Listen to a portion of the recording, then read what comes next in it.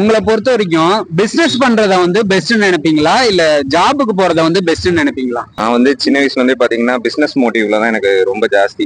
So நான் ஜாப்ன்றது வந்து எனக்கு சின்ன வயசுல இருந்து சுத்தமா இன்ட்ரெஸ்டே கிடையாது. நான் பிசினஸ் பண்ணணும் அந்த மாதிரி ஒரு மோட்டிவ்ல இருந்ததுனால எனக்கு அதுல கொஞ்சம் இன்ட்ரெஸ்ட் ஜாஸ்தி.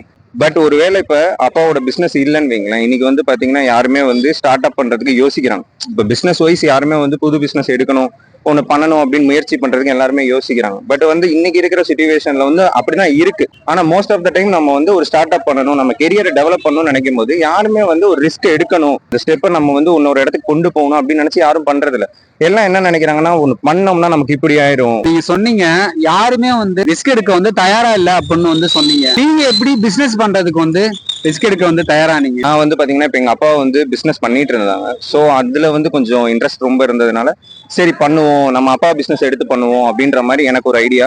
ஸோ அதை நான் எடுத்தேன். இன்னைக்கு கொஞ்சம் நல்லா பண்ணிட்டு இருக்கேன்.